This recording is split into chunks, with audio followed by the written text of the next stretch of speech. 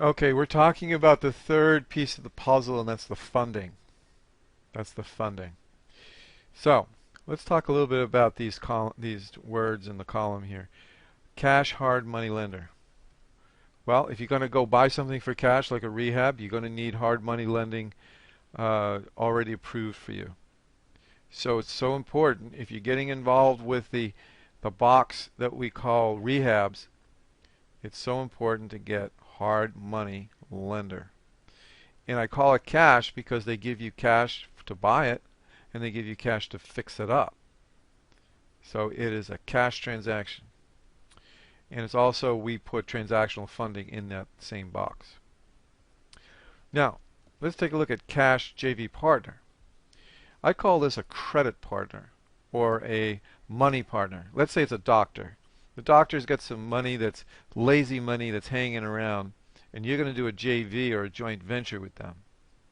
And you really can't go after JV partners unless you got a track record. But let's say that you've done a couple of deals, and just ask them this question.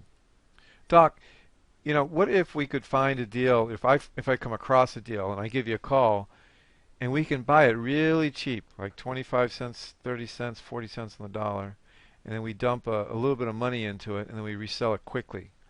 And then you get all your money back, and then we split the profit. I'll do all the work. What do you think of that?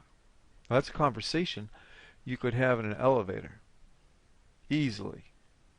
Okay, you got to be careful about getting JV partners as far as a security with the SEC, but we want to be able to just talk to a lot of people who can do joint ventures, and you go do all the work, and you split the profit after they make all their money back.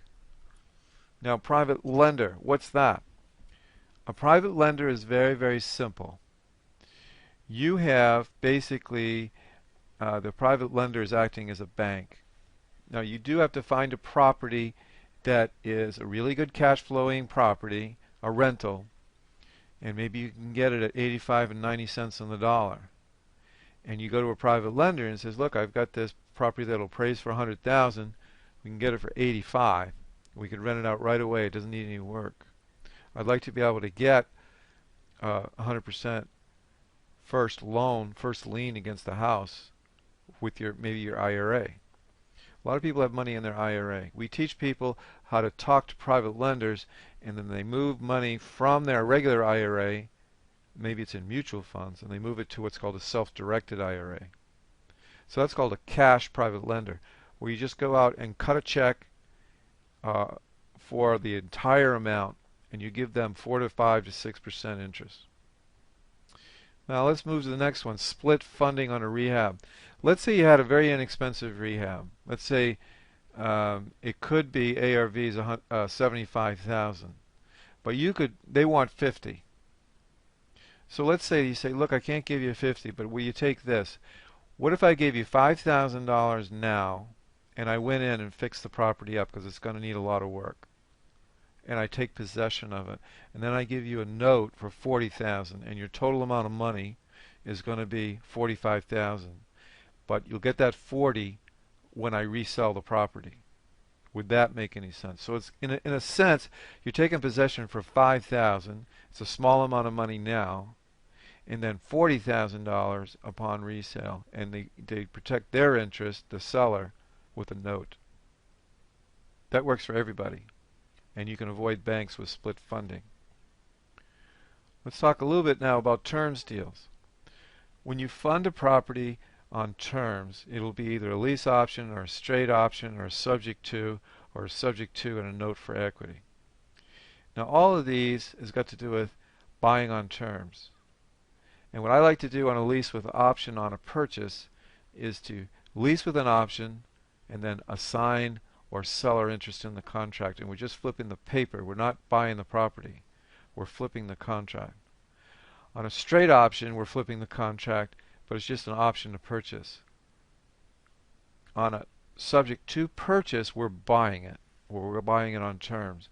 So let's say that there's no equity in the deal, and we buy it subject to the existing financing. So we would basically buy the property for maybe 1 or 2 payments.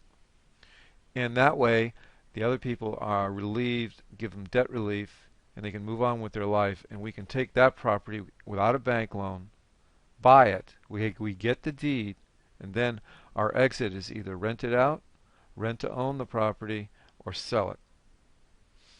Now, terms for subject to and a note for equity. Let's say we had 25% equity. Let's say that they had a 75% first mortgage. Well, what we would do is we would give them a note for the equity, but we would buy it subject to the existing financing that's in there. And then we could get very good terms for the note for the equity. So these are just the vast majority, 80-90% of the deals are one of these categories. And that concludes our introduction to funding. And we teach you each one of these through our training. Thanks for listening to the funding introduction through Brian Gibbons, reicoach.com.